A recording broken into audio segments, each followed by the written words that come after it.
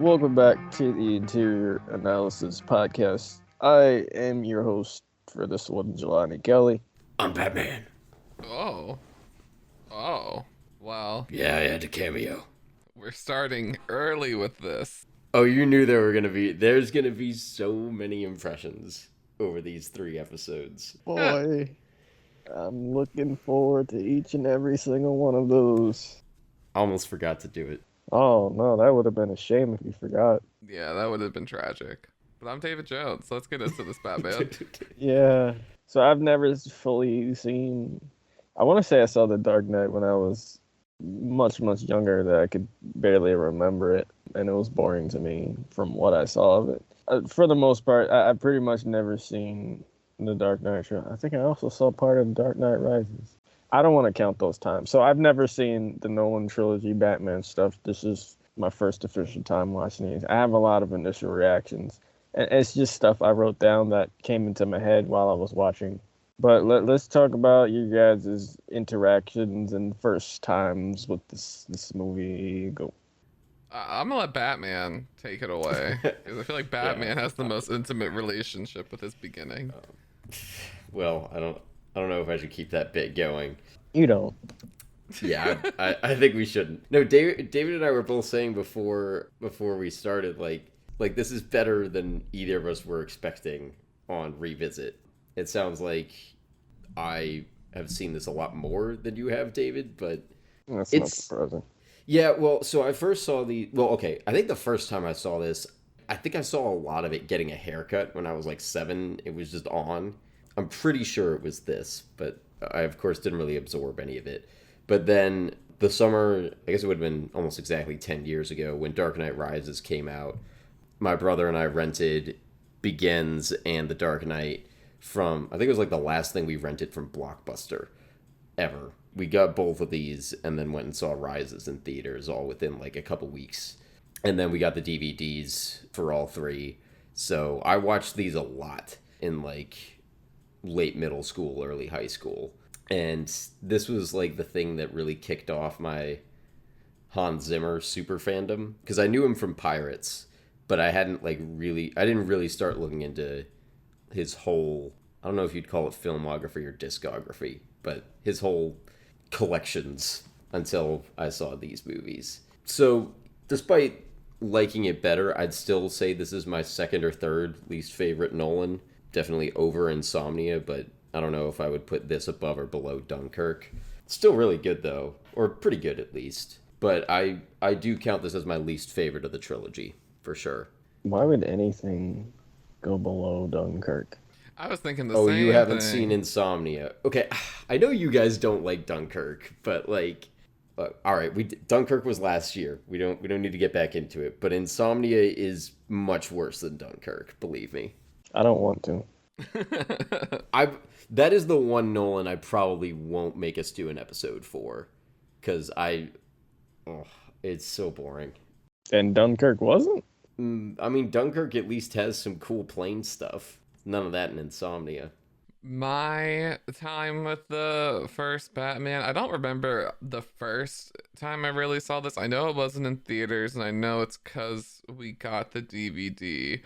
I don't remember really anything else. And I remember it being a pretty well-worn DVD, like, case, even though we didn't watch it all that much. So I don't really remember what happened to that DVD case, but somehow it broke at some point. But yeah, I remember watching it, and it was just a little too probably like cerebral or just above the line for a kid, where I was just like waiting for Batman stuff to happen, and like they were having in-depth like questions about themselves and their pursuits and their fears, and I was like, where's the Batman stuff? So it did take a while for me to like get into it as a kid. I remember that, and having that like block versus when I saw The Dark Knight in theaters. I was a little older, and that movie definitely has more of a quick start to it and keeps going with that pace. So it was easier for me to get into that one. But revisiting it, I really liked it. I really liked the slowness in the beginning. I really liked the character that they built. I really liked Alfred more in this. I completely forgot that Lucius Fox is in this. I thought he was just in The Dark Knight and on, so that was awesome. Didn't you get the memo? Yeah, like that was a great, like, love those payoffs. So many callback lines in this. I There's know, it's a lot. at It least feels 5 very lines that get called back to. I think more. Probably 10. it reminds me of that time though, and like that era of filmmaking, and I was like kind of like nostalgic about it. I was like, oh my god, I loved that like late 90s early 2000s when like you waited for that moment and like that character had his like medium close up and he could look at the other person and say that line and you're just It's like, what yeah, I do that defines me. yeah, like, that one, that's a really great line. Like if someone got that tattoo, I'd be like, what Bible scripture was that? So that was great. Yeah, I remember the Ra's al Ghul stuff being like, I don't know, not like cheesier, but just less like interesting when I was younger. Probably because I didn't really get it. I was like, wasn't the other guy Ra's al Ghul? What's happening? And now that I like know Ra's al Ghul and everything, I really enjoyed that. I enjoyed all of that, and it was very good. I did think there were like some campy moments with like Batman's performance or whatever his name is, Christian Bale's performance as Batman in this movie that I'm glad they took out and like toned down like the whispering, like him whispering after he like disappears. I'm like, why is he always whispering to people? I was like, I'm glad they took that out of the series. That was just a little too intimate and cheesy. And then a few of his acting moments, like I remember the whatever comedy YouTube channel when they were like, "Donde están los drugos?" and it was like the Batman asking the guy where the drugs were going, and that went viral. And like seeing that scene actually play out, and he's like, "Swear to me," and I was just like, "Wow, I understand why college humor thought." Going? Literally, I was like, I understand why college humor saw this, and was like, "Oh, okay, this is really campy." Was it Pete Holmes that was under that Batman? I don't know. I know there is a couple that he's done. I think he did one with Patton Oswalt. Is that all your initial reactions? Yes. Well, it's interesting, if you don't mind, I have a couple responses to David's. I want to ask how old you were when you first saw this, or because you said that was the only time? Yeah, so it would have been like, when did this movie come out? 2005? 05, so you couldn't have been younger than 6, Yeah, so I I would have think, been like right? 'Cause, yeah. 6, 7-ish. Okay. That's strange to me because I felt like, I mean, I was a bit older, like I was 13 when I saw these, and I feel like it was a good age for Begins and Rises. Like, I feel like I got those pretty well the first time. And I'll get into this more in the next episode, but I kind of wish I was older when I first saw The Dark Knight. I felt like that was a little too, like, adult for me at the time to really, like, get a good handle on. But you were kind of saying, like, in terms of, like, excitement, which I can see, because, like, if you're just there for, like, action, especially as a kid, like, yeah, I can see how you think, like, not much happens for the first half hour of this movie, especially compared to The Dark Knight. So I have a list of just comments I made when watching this. I haven't done one of these in a while. I was warned the action was awful. I was warned correctly. The shaky cam made it so I literally could not see what was happening. That was by far the worst part of the movie. And when your film is mainly about an action superhero guy, that's a pretty bad flaw to have. Then once Roz was introduced, I was just like, isn't Liam Roz? Why he introduced himself as Ducard, whatever the hell his name was. Chiroptophobia is what Batman has. I think that's how you say it. This movie is historically inaccurate. It was Zorro, the mark of Zorro, that Batman was leaving the theater, not the opera, with his parents when his parents got clapped. This movie also made me realize Batman is a rich ninja. It's kind of dope. You writing down Batman's a rich ninja is the funniest thing ever. I thought someone was going to stop Bruce from killing Joe Chill, in that scene, the courthouse scene.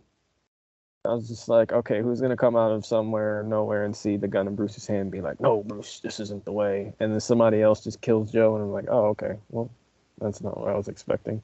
I thought Rachel was a different actress in The Dark Knight. Why? She is. And then I looked it up, and it is somebody completely, Maggie Gyllenhaal. Okay, Is there a reason they replaced her, Rachel Dawes? I don't know what the reason is, if there is one. Really, Evan? I thought you would know everything about these movies. Huh, some fan you are. Is it just her and Carmine that are recasted? I think they don't recast Falcone in the next one. They just have a different guy. Maroney is the mob boss in the next one. So I think it's a completely different character. They just sound incredibly similar. Yeah. And they're also saying it wrong in these movies. It's Falcone, not Falcone. The Reeves Batman proved us all wrong. And if I think if you look it up, it's supposed to be Falcone, not Falcone. Get it right. I'm kidding. You can continue to say Falcone for these, but I'm just saying. I just felt like correcting you. Okay. Yeah. I said, man, ain't no one nice to Bruce. Kind of funny. I forget which scene this was. Maybe it was when what's her face slapped him in the car. That might have been the moment. Race was just killed by falling debris. LOL. Like the Ken Watanabe race. That was funny. I said, and then it was just a turning point where I was just like, these characters are fantastic. Not much action happening, but it has me hooked and it's driving me crazy that I don't know why. And that's going to be its own topic in this episode. Is it Cillian Murphy? Yeah. Yeah, I said he was doing an excellent job as Crane. And that's another thing within the villains topic we'll have. He just should have been used way more. And I'll argue that he should have been the main villain, not Race. Do they say Race or Raz in this? It's Raz. They say Raz, okay. There's like 3 different pronunciations for his fucking name. He really smashed a dude's head in while he was peeing and then got lit on fire. Oh yeah, that was the apartment scene with Scarecrow, where Batman just sneaks up on the dude peeing and smashes his head into a mirror, and then he got lit on fire by Scarecrow and then falls out the window or whatever. That was funny. There's a lot of crazy things that happen in these movies, like out of context. Even with context, it's still kind of insane. I said I honestly didn't expect this movie to have any quippy jokes, but here I am wrong. I was expecting a lot of just dry dialogue. I guess whenever I saw a glimpse or a clip of any of these movies in the past, it would just be people talking and speaking like metaphors and shit. I wasn't looking forward to watching them back then. They don't do origins for any of the villains, and yet they're still intriguing. I don't know why. I guess we'll talk about that when we get to that topic as well. And then it got to, this was around the ending. I said if the real Scarecrow was on the horse, which I think it was, I'm more than disappointed he went out like a wimp.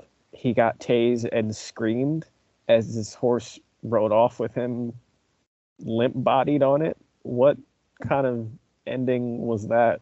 I didn't care for that. I won't kill you, but I don't have to save you. I think I said, I respect that line. I think I respect that line. I said Batman's a dog for that.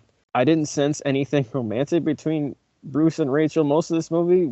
Did they date when they were younger? Did they say that? Yeah, I don't know. I kind of was...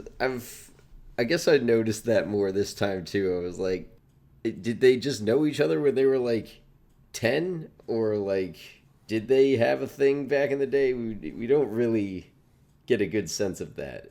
She's like, you might be that same great kid. Okay, from when you were 9. Yeah, she said and then she said the man I love. And I was like, nah, what are you talking about? The first time we see you two as adults in the current time in the movie, you smack the shit out of him. What? No. Yeah. Well, there's the one moment when he comes back for his parents' funeral when he's at Princeton. So I guess they're 20. Yeah, but that wasn't the current. Right. Oh, well, actually, no. The part you're talking about, that's the same day. Oh, okay. Even still, man, I love. That's a bit far fetched. Mm-hmm. And then I said this shit is ending like reverse Spider-Man LMAO because of the whole I can't be with you thing. But it was Rachel saying that, not Spider-Man. And then I said also they knew what they were doing with the sequel with the calling card ending. And I said, yeah, that was pretty fire. And then afterwards, once the movie was said and done, the next day, I was just like, was Rachel the only woman of importance? Yeah, I noticed this time Martha Wayne, I don't think has a single line. I don't think she says one thing in this movie. Nope. It's cheaper that way. Kind of crazy. I do want to say, though, to your point of, what they were doing with this and their calling card, That is something I remember being a kid and seeing that. And I wasn't like on the pulse of like cinephiles, like reading trades or anything, but even just being around popular culture and osmosis, there was conversations about, oh my God, the Joker's coming back. We're getting a Joker. We're getting a Joker in a Chris Nolan type Batman. This is going to be crazy. And there was so much hype around that. I think that's just worthy of mentioning. And then that hype was probably surpassed. Apparently. I think I remember fans being pissed off that Ledger was cast as Joker. Mm-hmm. Well, that hype turned into anger, and then the anger turned into adoration. Yeah, like you can't ever listen to fans or believe fans' words whenever you see a general outrage towards a casting, because it's never what the hell they're expecting. It never has been in history. Like, fans just need to shut the hell up sometimes. Apparently, people freaked out over this isn't a superhero role, but apparently, when Daniel Craig was cast as James Bond, they're like, "Oh, he's blonde? Nope, get out of here with that." Like People didn't want Keaton as Batman back all the way back in '89. Fans have always been like this. It's absurd. Anyway, that was my list of initial reactions. I'll definitely do the same. Go through some more thoughts I was having over the course of the movie when we do. I've been wanting to watch The Dark Knight, but I've been holding off until we recorded at least this episode before watching. I want to ride the hype from finishing this movie and going to the next one, which I know is even better. So let's get into these. We don't have a whole lot of topics, but there's some pretty thick topics to talk about. So let's start with the man of the hour, Batman. Becoming Batman. I think, Evan, this was your topic, so I'm gonna let you start this conversation off. Yeah, I think this is probably the biggest strength of this movie. A couple of years ago, I wrote an article for AfterBuzz comparing this movie and Casino Royale. Might have brought that up when we covered Casino Royale. One of the things that I praised this movie for was how well it sets up Batman as like an origin story.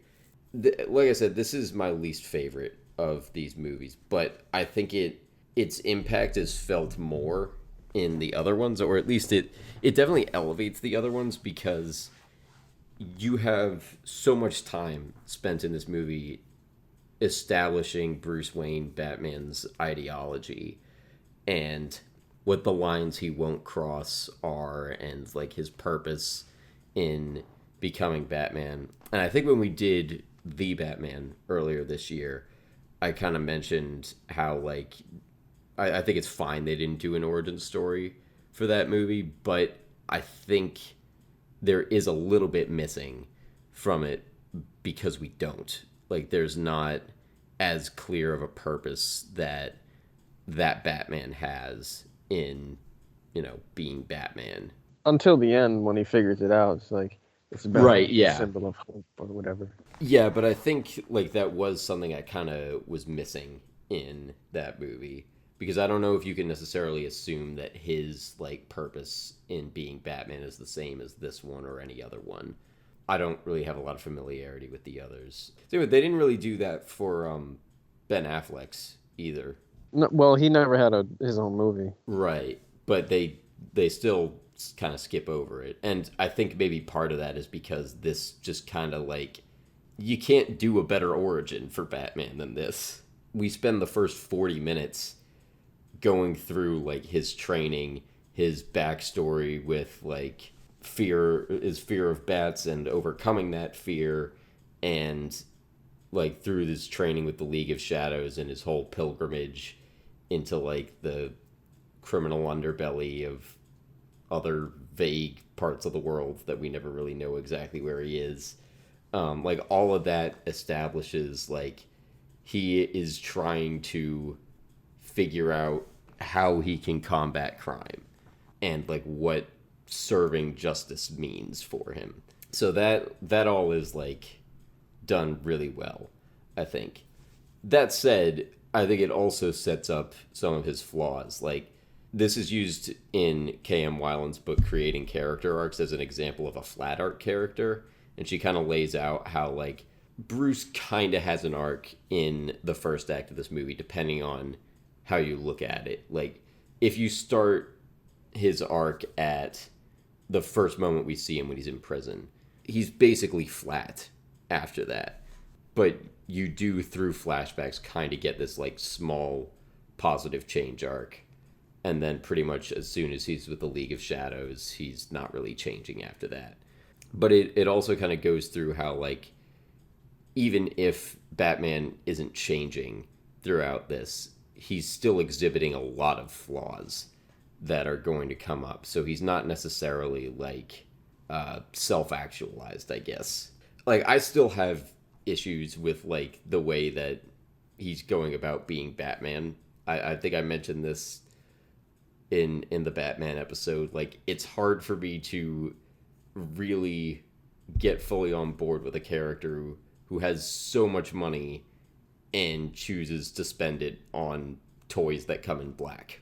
There was a tweet from Patrick Willems that kind of blew up a little while back that was, like, basically saying if a clown with, like, a killer gas machine or whatever, if a Batman villain came to a city, then, like, you do need Batman to stop him. And I think that, yes, like, in this movie, Falcone and Ra's al Ghul and Scarecrow, like, Batman is kind of the only one who's able to stop them.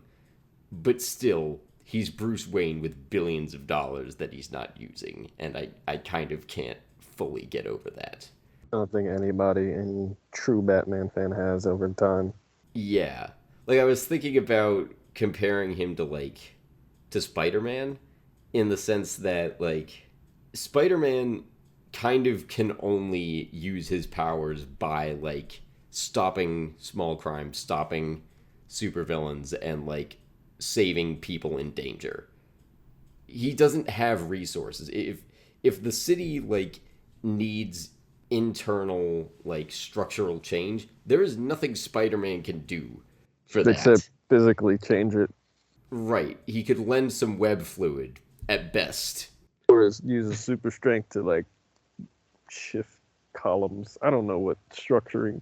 Yeah, but he's not better at that than a bulldozer would be. Like, you can't, like, Spider-Man can't do stuff like that. Batman, if he wanted to, like, Bruce Wayne has a ton of resources that he could be doing so many other things. Whereas, like, a lot of other heroes, well, he went to a hotel with 2 European women who got in the fountain swimming pool. So, there's that. How's that not helping the city, Evan? I mean, depends on how he runs that hotel, I guess. But on that note, I think another thing that this does well, and that scene is, like, I think it's one of the best examples of it, is how he, like, seems to be performing when he's Bruce Wayne. Like, when he's out in public as Bruce Wayne. Like, you can feel how he's, like, being so not himself.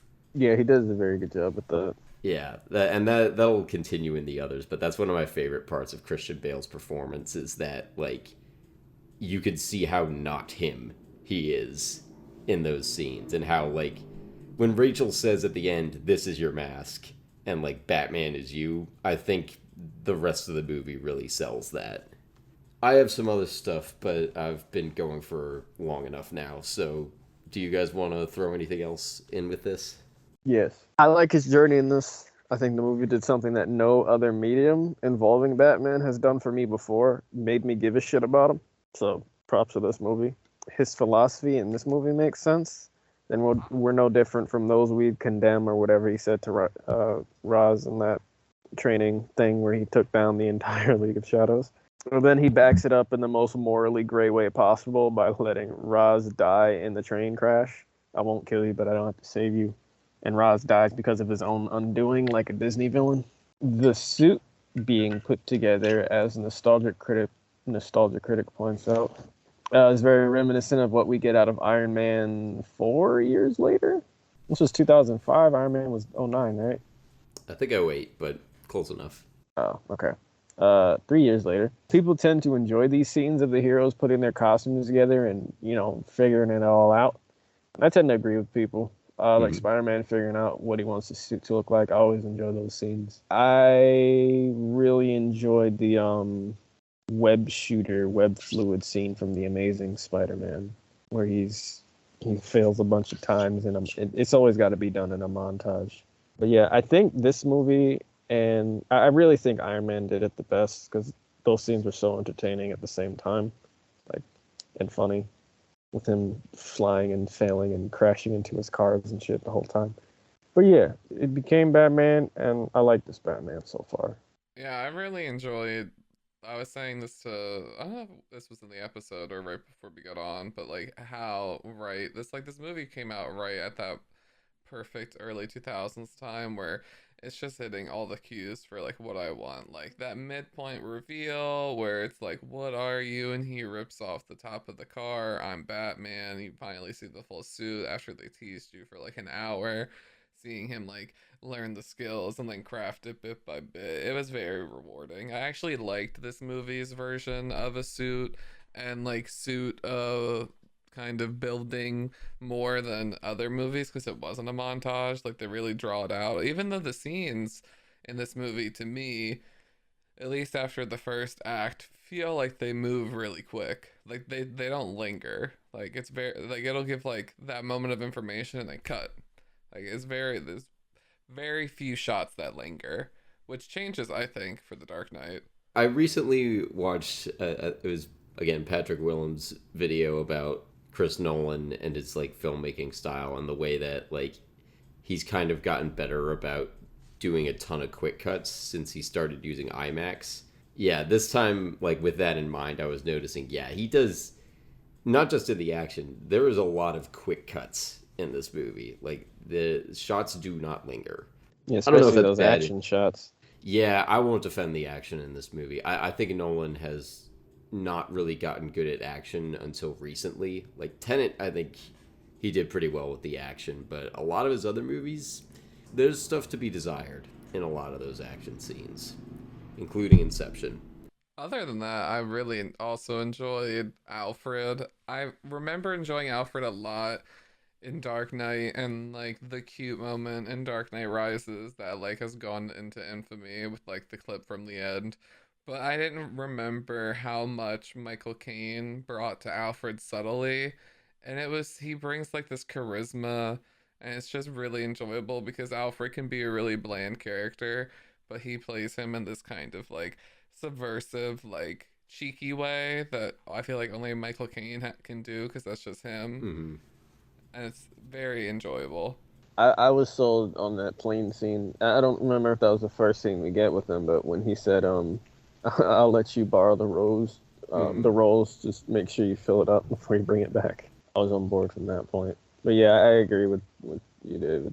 Yeah, I love the scene with him. I like Michael Caine's little snarky comments occasionally as well. But I love the scene with him and young Bruce after the funeral. That I think is his best moment in this movie. I think throughout like everything, you just feel so much care for Bruce from him. Like even with his like cheekier moments, like there's always a care for him underneath all of it. 100%. And that's what's able to sell it, because it's not just like snarkiness or like maliciousness or any sort of rudeness. Like he'll joke, but it'll be tongue in cheek, but you know it's that because he exudes so much care, even in the moments when he's like dying and on fire. Which is another thing I really enjoyed, was like in The Dark Knight, you're so like, not to spoil it for you, Jelani, but at that point Batman is just more well equipped. He's a bit more into his groove. He's been doing it a little bit longer, and he's a bit more like welcome to the people he has around him, and he utilizes them more. And seeing Bruce kind of not selfishly go about it, because he was trying to just keep it close knit and not involve everybody in his life, but reluctantly learned he had to involve certain people like Lucius into it. Like seeing that journey was really enjoyable. Well, Lucius doesn't know. As far as he knows, it's like for mountain climbing and getting shot at. You know, he doesn't. He might not know he's Batman. You're expecting to encounter a lot of gunfire in these caves, Mr. Wayne? Cave Batman, right? All right, that's it for becoming Batman. Let's go Went to the opposite of Batman, the villains. The villains. Scarecrow was done dirty, like really done dirty. He had so much potential for what he could do, and how he could affect the characters. I honestly think it might have been a better decision to make him the main villain, considering the whole fear theme of the goddamn movie. You know, the whole theme of fear, just right. The video pointed it out. It was like, how does Batman use fear against the criminals? How does Ra's whatever the use fear on citizens, and how does Falcone use fear on the citizens as well, and the corrupt that he's controlling? How does Scarecrow literally use fear to like control criminals? And I just think it would have made more sense if he was the main villain. That's just me. And he got tased, and that was it. Cillian Murphy does a great job though. Like his crane is perfect. Yeah, he has the face for it too, I think. 'Cause he looks so sociopathic. I agree. I saw there's two videos I'm gonna keep referencing, the Nostalgia Critic video and the Just Right video, but I agree with what Nostalgia Critic said and think more could have been done with the fear as far as the gas went and what we saw from the gas, because it was pretty tame. The coolest effect we got from it was the two coolest effects we got were the fire horse at the end before he went out like a little bitch, and when he saw Batman, he got sprayed with his own thing and saw Batman like oozing black blood or whatever the hell it was, and it looked like Batman Beyond. Nope, Scarecrow was done dirty. I thought he was gonna have such a bigger role. It's just disappointing. Because when he did the thing in the Falcone in the prison and then scared him into just saying Scarecrow over and over, I was like, damn, dude, I see you. And then he was like really freaky but excited when Batman showed up, when he I think he took Rachel Dawes. I was like, yeah, more of this. And then we didn't get more of that. I don't know. I feel like he kind of feels out of place in this movie. I understand that you need him there, but I kind of would prefer if he wasn't. I think it would be stronger if you just had Falcone and the League of Shadows as the two villains. Nope. For how grounded the rest of the movie and the rest of the series is, like, Scarecrow feels a little bit goofy, I think. It's about a guy dressing up as a bat. I know. I understand that he has to be there, but I would kind of prefer if they just stuck with Falcone doing like the mob thing and controlling the city, and then he's actually a puppet for League of Shadows. I was kind of bored by all the Scarecrow stuff. Or maybe not bored, but just kind of like... Are you really like a Batman fan? How were you bored by the Scarecrow stuff? I don't know what I would do. I've never claimed to be a Batman fan. Wow, Evan. So now all of a sudden you're just not a Nolan fan either? That isn't what I said. I am absolutely a Nolan fan. I've really never claimed to be a Batman. David. You believe this? I mean, I literally didn't say that though. That's crazy. Yeah, that's crazy. I understand totally he is a bit out of place, but I don't know. I do kind of want to see a world where his vibe was more of the movie. That kind of would be fun too. But I don't know who I'd take out. Honestly, like, the character I would chop would be the one who has, like, the subplot with Lucius and, like, the business and getting kicked out at the end. Oh, yeah. Earl? Well, yeah, you could get rid of him, Rutger Hauer's guy. And just give that time more to Scarecrow, just to, like, let him maybe breathe more. Maybe that would allow him to have more of a footing, because he does feel just so, like, you know, oh, you're gonna figure out who I am? Well, why don't you follow me down this dark alleyway? No? Are you sure? Shh. And it's like, okay. So, I don't understand, like, what's going on. It's a little wild. Like, I get that they're doing the fear thing and continuing that, but I feel like the threat he poses is just less interesting. Like, Batman in this movie, he becomes Batman because Gotham is corrupt. To me, Falcone is the better villain for that. Like, he is choking all of the city's institutions. We see how like Rachel and her boss like are the only two people who seem to be willing to stand up to him, and her boss dies and she almost does too. So to me, that is the threat that like is present for more of the movie. Like it kind of feels like Scarecrow only really shows up when Batman does. Like that's not a chronic problem that Gotham has had in the same way. Like and even in the later movies, like it's kind of suggested in The Dark Knight that like the Joker kind of is a product of Batman coming into existence, which is not the case for Scarecrow.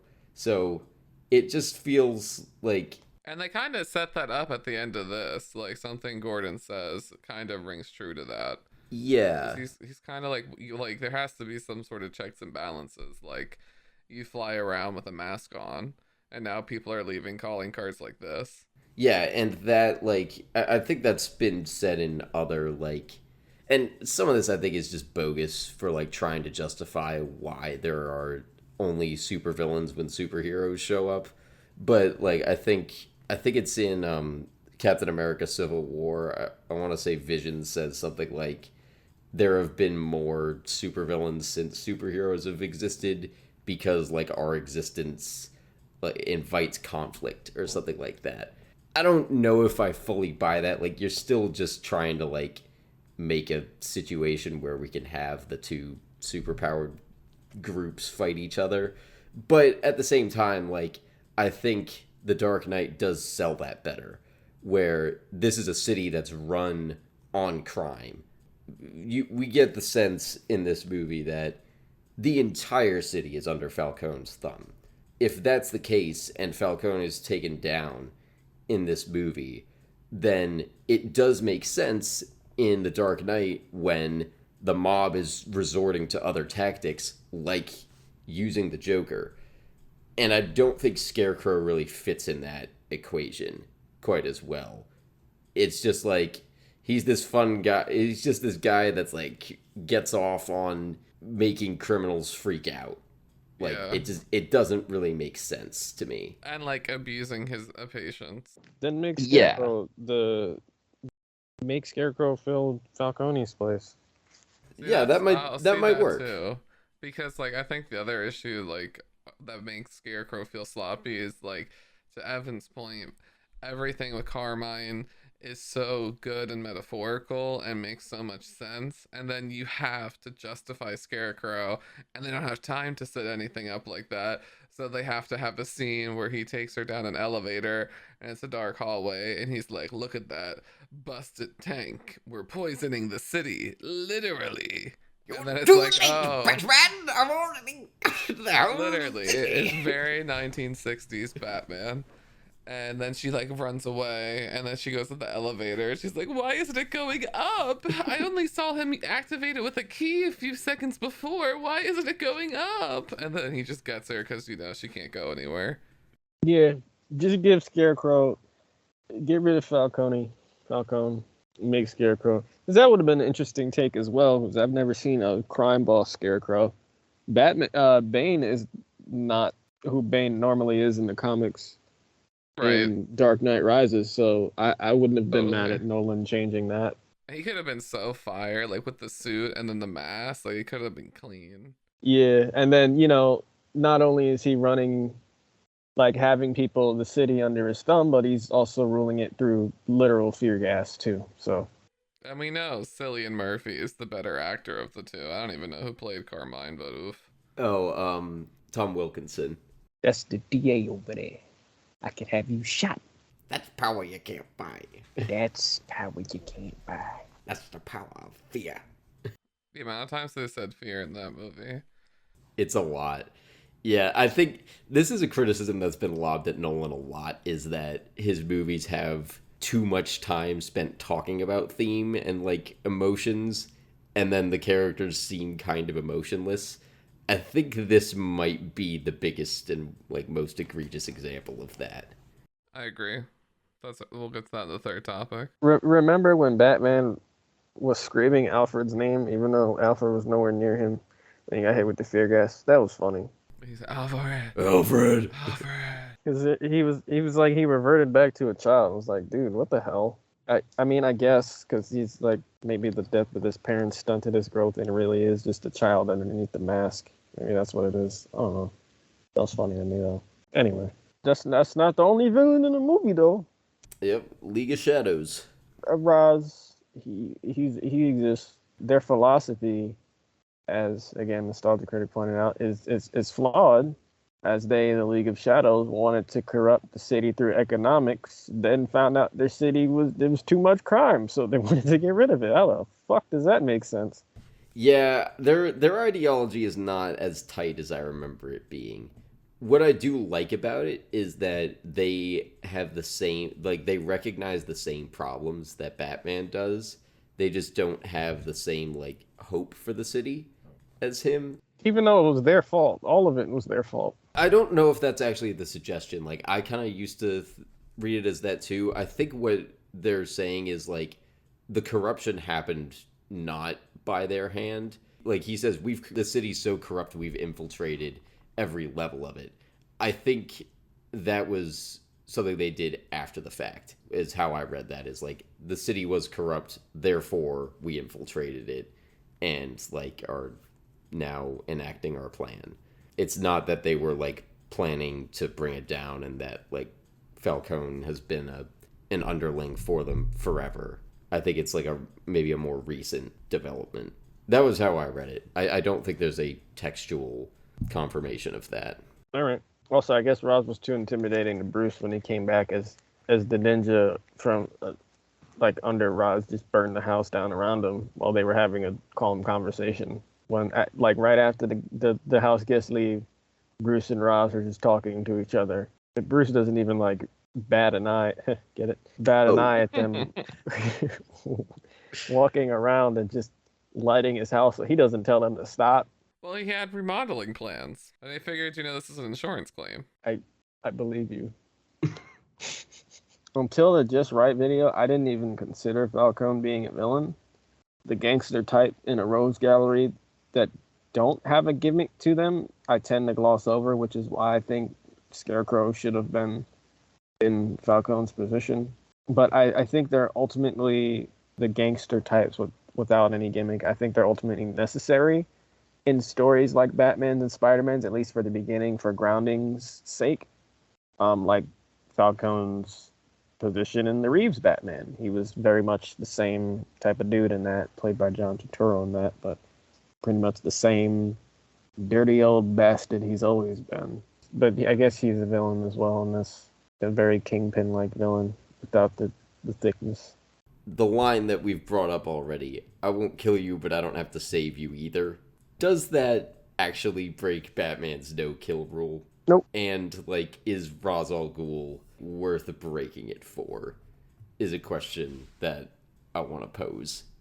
Because ever since I saw that, like, even the first time I saw this, I was like, that's still basically killing him. Like, that's semantics there. You can keep telling yourself that you didn't kill him, but you definitely did. No, You're because complicit. Batman didn't start the train, though. He didn't start the train. And he's not the one that shot the tracks out. But he was with his car. He told Gordon to do that. It's semantics. Yeah, that's good. Maybe that's why I'm satisfied with it. Because maybe he did kill him, maybe he didn't. But if he saved him, I would have been mad. It just feels like a more eloquent way of going, well, technically, like, I didn't actually kill you. I just left before you died, see? Like, that's what it feels like he's saying.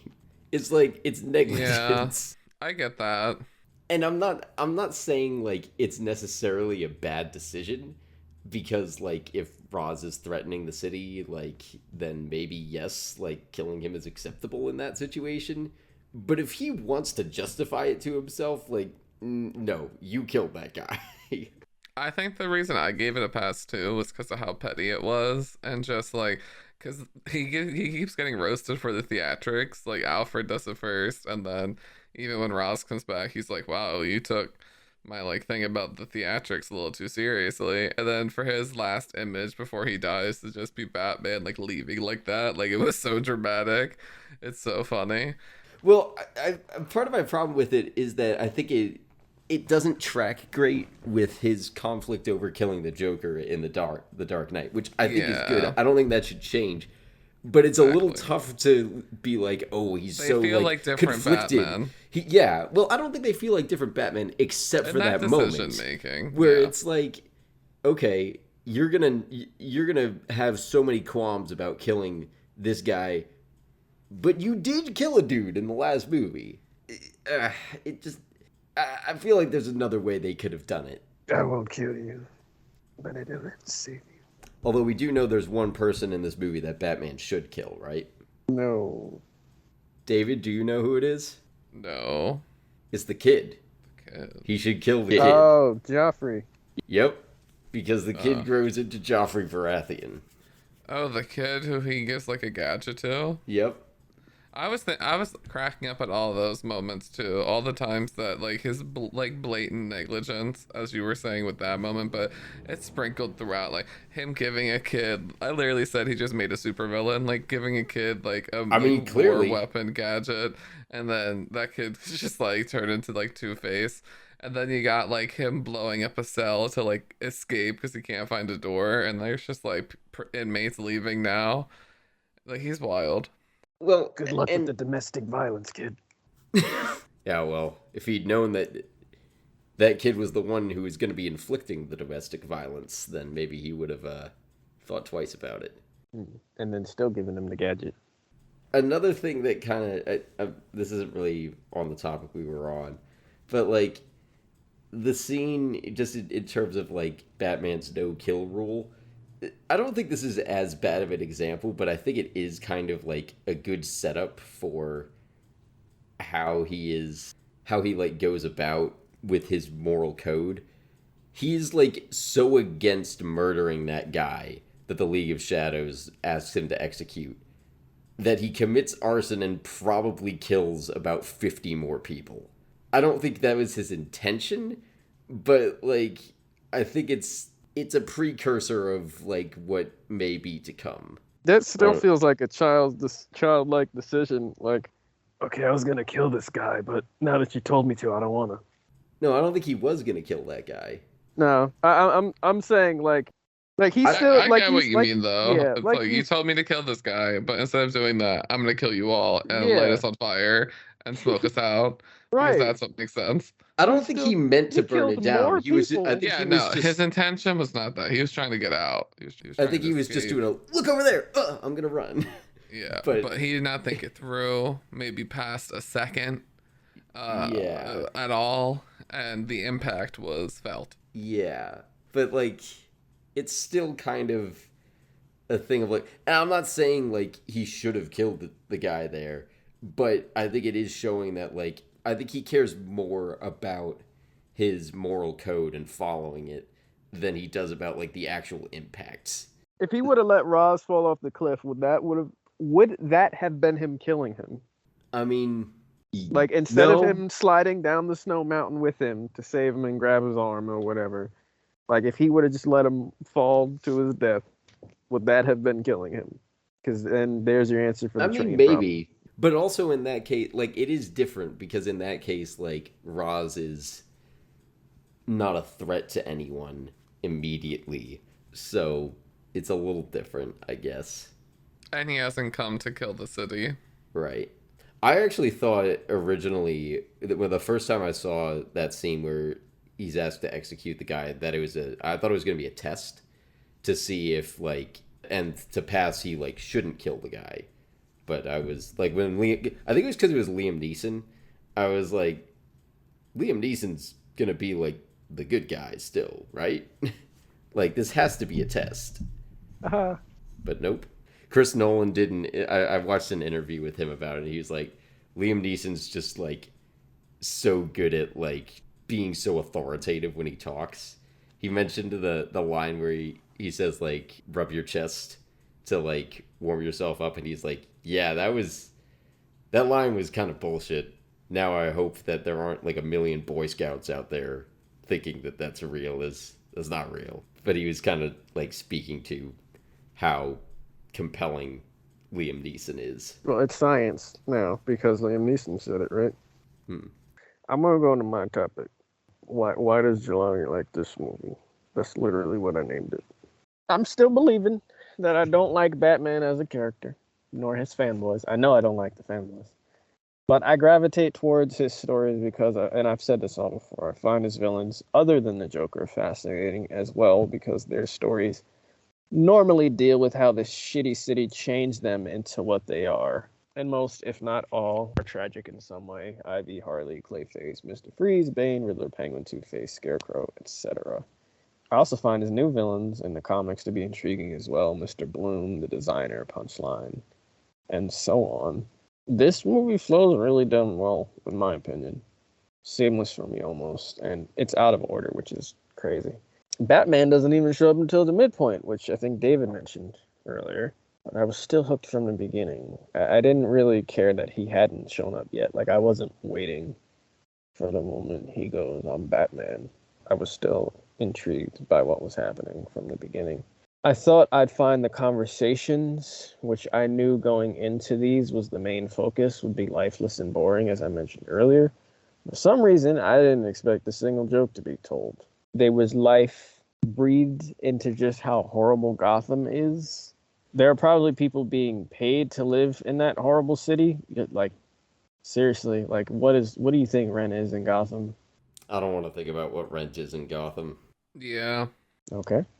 It is one of the. You're too late, Batman. The rent is already too high.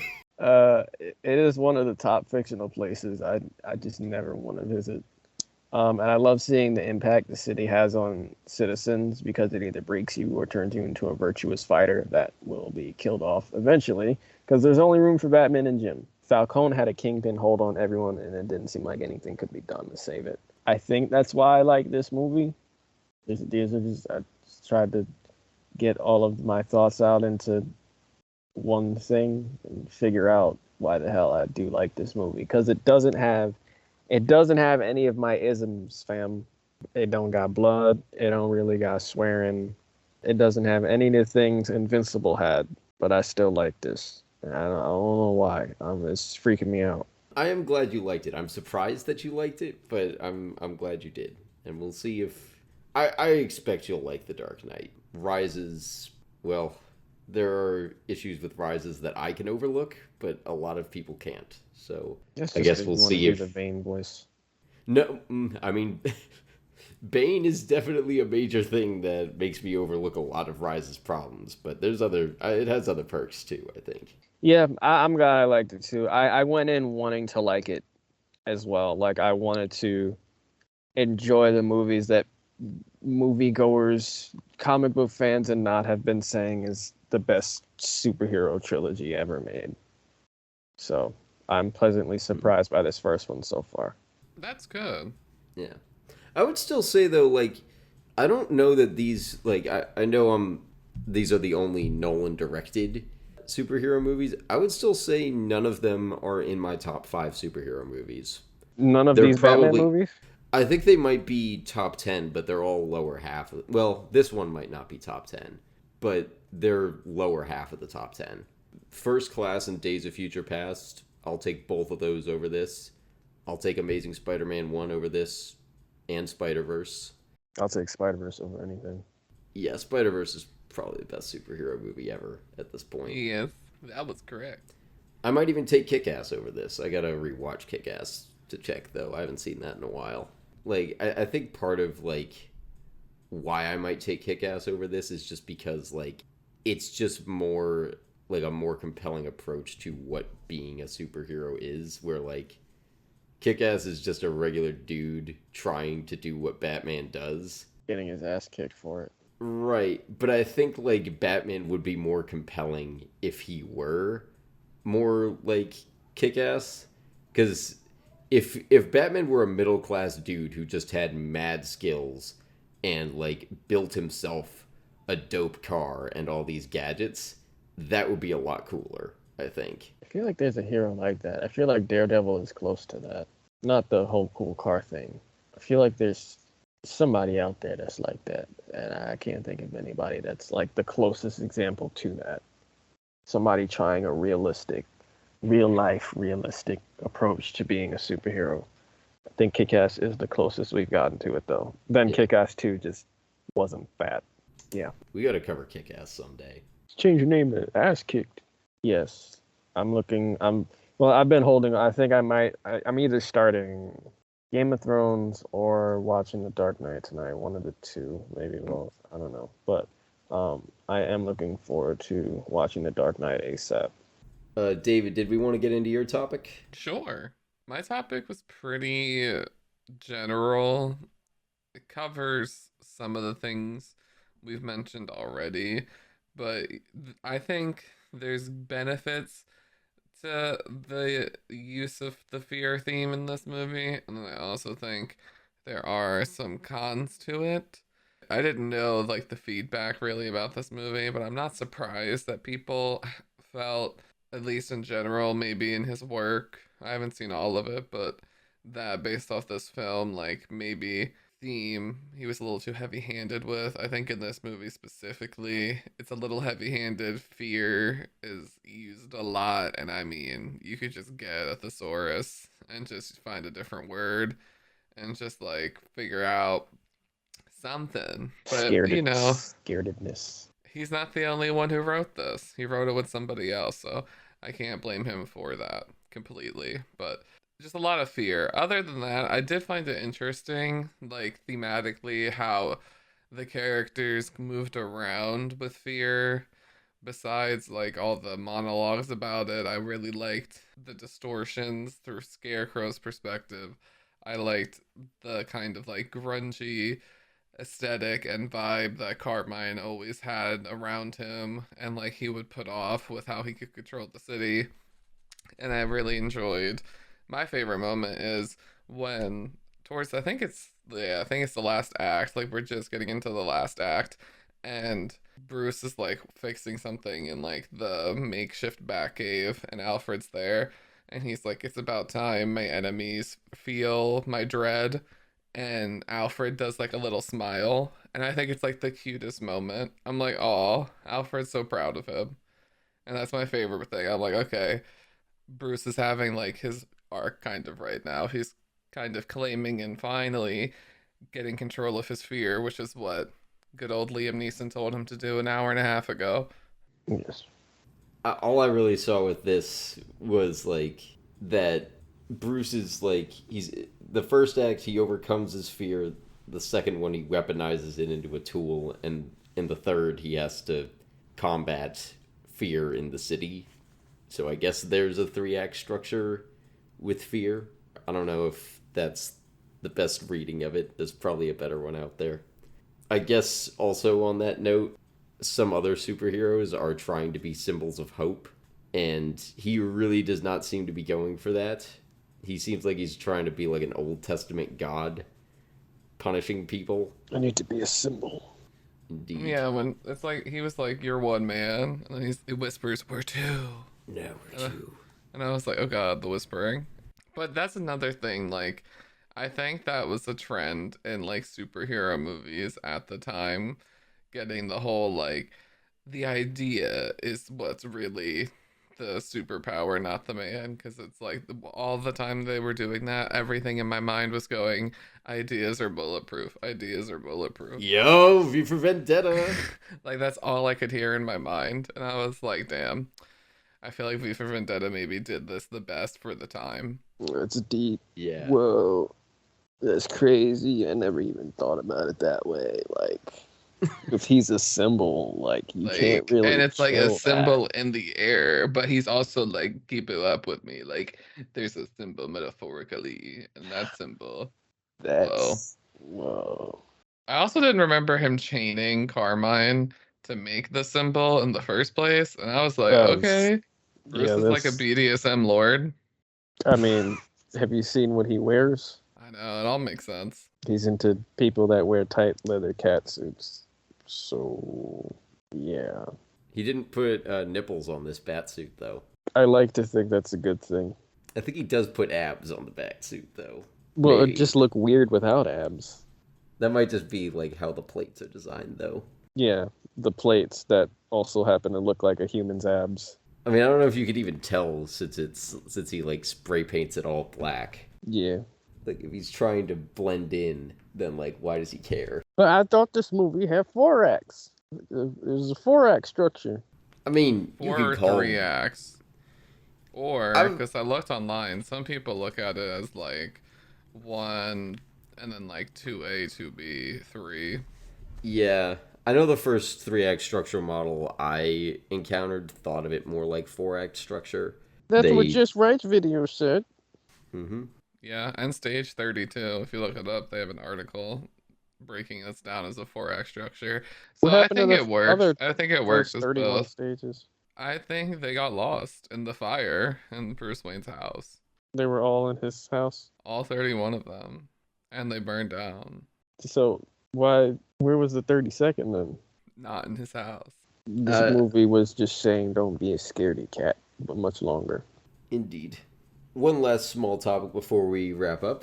Some fun casting things that I noticed this time. Of course, we have Joffrey Baratheon. I knew that for a while. Another Game of Thrones actor, though, Richard Brake, plays Joe Chill. Richard Brake is the Night King in Game of Thrones. The Night King? Really? I didn't even know that. The dude with the face. Yeah. Is this a bit right now, or do you actually know who I'm talking about? I thought it was a bit too. No, it's definitely a bit. I just said I was going to start watching Game of Thrones tonight. I know, but he's somebody you could have, like, seen places without having watched it. No, I don't know anything. So other casting, this is what I only noticed this time. There are 3 actors from Following, Chris Nolan's first movie, who make cameos in this. John Nolan plays Frederick. I don't know if he's related. No, not Jonathan Nolan. I don't know if they're related, though. I think he plays, like, one of the board members, and I think he's the one who says, like, oh, the apple has fallen very far from the tree, Mr. Wayne, at the party. I think that's him. And then Jeremy Theobald, who's the main character in Following, he apparently is the younger waterboard technician. What?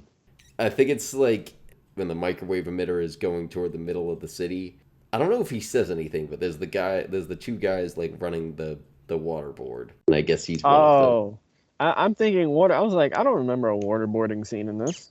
Oh yeah, different type of waterboard. And then Lucy Russell plays female restaurant guest. The one that's intrigued by Bruce. Yeah, I think the Batman deserves a medal. I'm pretty sure that's her. And now that the inclusion of that line makes more sense, because I've always thought that was really goofy. But if it was a cameo for his friend, then that makes more sense why they would put it in. I swear to God. Swear to me. I had to say that once. I think that's so goofy, but so funny. He is dead serious when he does it, though. Remember when his face is like violently shaking? Well, that's what makes it so funny. Like if he was at all joking, I would not be cracking up the way. But his full commitment to that is so good. Especially he's like, why? I'm like, I made why a 3-syllable word. Is that all? Do we have any closing thoughts? Watch me make a pencil disappear. Nope. I'm ready to watch the next one. I think Right. Leading that one. Yep. So our next episodes are The Dark Knight and The Dark Knight Rises. You can check out our YouTube channel. We have our merch on Zazzle. Our logo's by Kelsey Hendry. We have our Patreon for $1 a month, and we are introducing a new perk for that. The next person to join our Patreon can pick our next Patreon episode. They'll pick the movie we cover for it. And the next 3 people to join our Patreon can choose a movie for us to do a watch-along for. We've started doing those. I don't think they're up yet because I'm having technical issues with getting those up. But we've done one for Chicken Little and one for Mission Impossible 2. So those will be up hopefully soon. Instead of getting those fries from McDonald's, you can help your friends out. $1 a month. Still get the fries from McDonald's if you want, though. Honestly, if you're going to skip out on something from McDonald's, skip out on the salad. I don't think their salads are very good. Not to encourage people to eat unhealthy, but yeah, I don't think a McDonald's salad is really going to do it for you. I don't know if they still have them on the menu. I thought they would. I don't really go to I know McDonald's except for Wendy's. Shamrock Wendy's Shakes. does. Wendy's does. Yeah, but Are they gonna anyway. have a pumpkin spice shake? They should do that. Oof. Oh no. Oh, that sounds terrible. Yeah, I don't like. I don't think I've ever had anything pumpkin spice, but I imagine for the people that like pumpkin spice, it's a very select few people that do. I'm not gonna say any groups of people, but I think I know who you're talking about. yeah, we all do. They should, if they want to, they did a whole rib sandwich, Also bring snack wraps back. I love snack wraps. Bring them back. Oh my god, they were so good. I love snack wraps from McDonald's. Solid. That was the go-to. Ranch and the crispy. Mm. All right. The show is on Twitter at INTAnalysis18. I'm on Twitter at ev_Wes. And where are you guys? Instagram is Jelani T. Kelly. Twitter is Jelani T. Kelly. No, I'm thinking about deleting Twitter. And YouTube based Phoenix. I haven't uploaded in a minute, but there's this constant fish tank noise where I am right now. I don't think the skits would be very good about it, so I might just do one skit while I'm still living at home where I mention the fish tank noise and why I'm not doing skits, like directly mentioning it. Or center the skit around the fish tank, maybe. No, that's what Yeah. I'm saying. Oh, You can all stand right. next to it. I- Get it around the fish tank. I don't think that's as good of a pun as you think it was, David. Okay. The defeat in David's voice. Fine. Sorry. Yeah, I might be uploading there again soon, but I've been building my the reel up with stuff, so you guys will see stuff soon. Cool. And David, where can we find you? In the southeast part of the renovated Wayne's home. All right. That I was is wondering if where... it was going to be the blown up League of Shadows headquarters, but we'll take that. Stage 33. Yes. I will be the 33rd stage. And Bruce Wayne can walk all over me. Wasn't he like building, like hammering a nail into the wood at the end? Like, what is that accomplishing? Why don't you just pay somebody to rebuild your house? What was he doing? It shows the audience that he is a man of means and he works with his hands. We know that. He's Batman. What the hell? That's it from the boys. All right. Bye. See you next time. Batman.